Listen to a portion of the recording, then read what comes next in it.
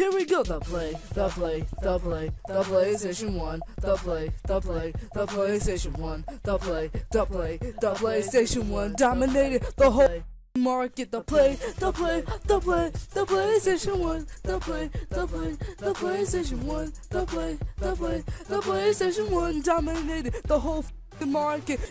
You got to understand, the PlayStation 1 is far better than the Saturn. It has more games, a decent controller, and a popular reception among critics.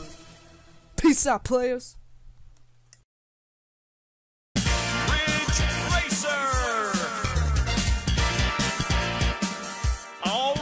Well, it's been a long time coming. Mostly, I have been reviewing like TV and movies and stuff very recently on the Reptile124 reviews, or Angry Reptile reviews, that is.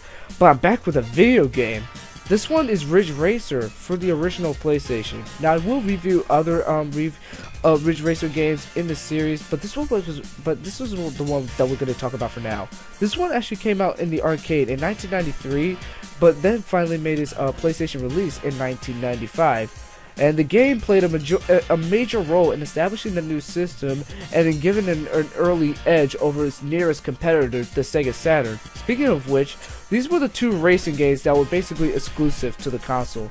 Ridge Racer was exclusive to the PlayStation, and of course Daytona USA was exclusive to the Sega Saturn because it's a Sega Saturn, or shall I say a Sega arcade game. The one thing that they both have in common is that they both were released in 1993 in the arcade. It was also considered one of the highest grossing arcade games of all time.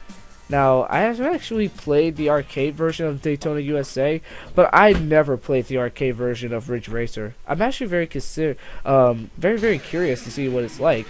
Another thing that these two games have in common is that they both were released in 1995. The only difference that you might notice here is that Daytona USA actually came out first before Ridge Racer actually came out, in terms of console ports, that is, of course.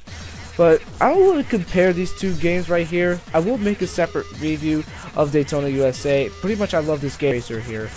Now, this is Namco's, without a doubt, one of their best games. It mainly revolutionized the drifting system, which is one of the common positive praises for this game. There's also the fact that you can also put the Ridge Racer disc inside of a CD player, and you can actually listen to the music. So this is actually pretty cool.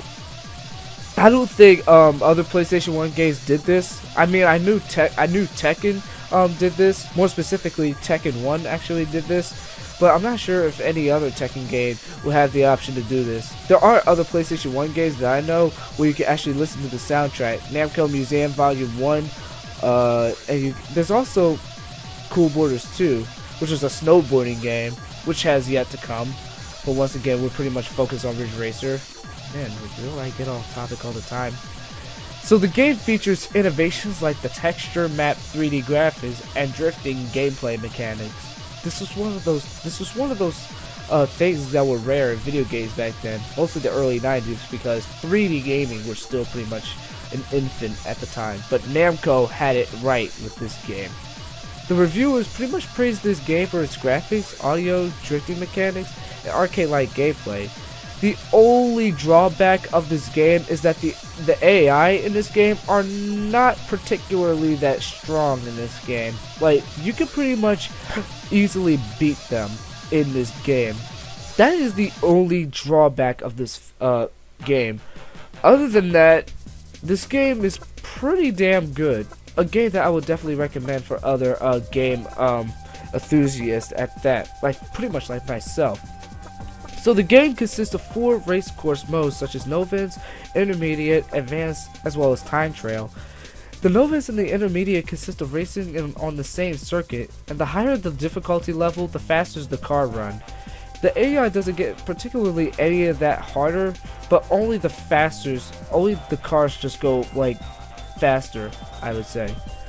So the game also contains unlimited restarts, so the player can restart during a race at any time. No limited restarts. So that's a great thing about this game. A really, really great thing. And also, this car also is very fast and difficult to beat. The double 13th racing car. Now, in order to win, the player must learn the perfect racing line of the track, and in the arcade version, after finishing the game, the winning player's score is saved in action replay highlights. So as the player progresses through the game, extra courses will be given. The player will be racing on the same tracks, but in reverse directions. The extra tracks lack one checkpoint, and therefore the player is at a higher risk of running out of time, making the game more difficult. If the player obtains the double car before playing the extra courses, it can be used to race in all courses, including extra courses, in order to complete the game. The game also features a special mirror mode version of the track, which can be played by turning the car around on the starting line and driving into the wall behind at top speed. The car will pass through the wall and the track will revert to the mirror of the normal track. This is a pretty interesting Easter egg, shall I say. It almost reminds me of the Tekken 2 Easter eggs, like the big head mode and the wireframe mode, you know, etc. Namco is also known for putting a bunch of Easter eggs in their games. This is probably the only Easter egg I ever spotted throughout the whole majority of this game.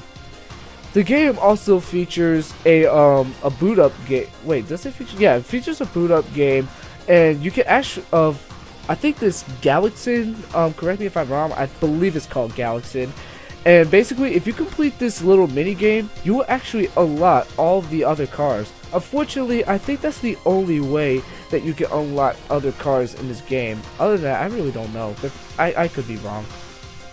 So anyway, Ridge Racer, believe it or not, has only been developed in the development cycle for 8 months.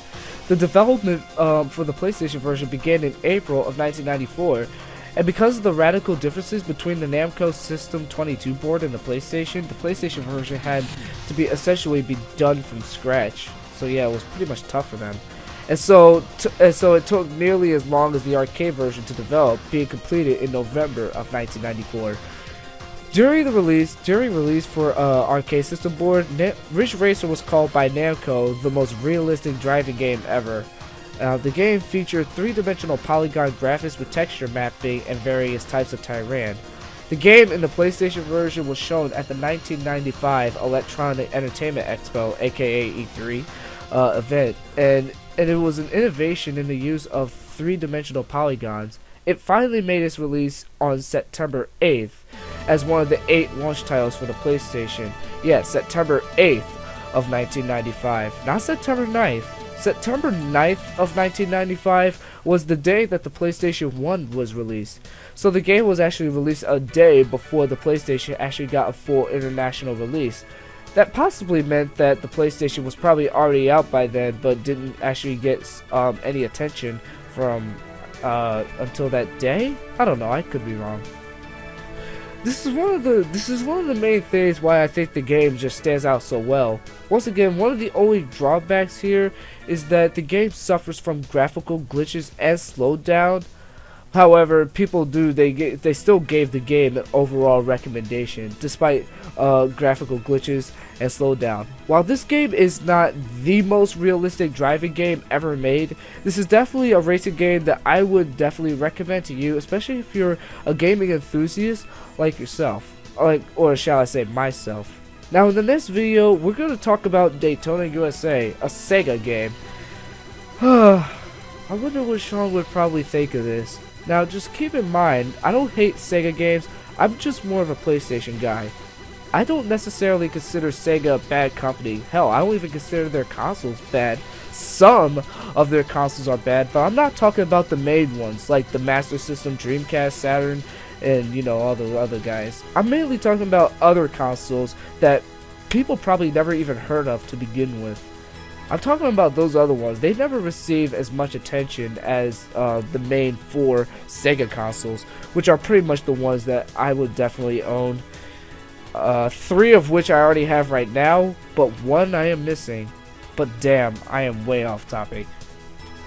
So, thank you guys for watching this review of Ridge Racer. In the next video, we will talk about Daytona USA.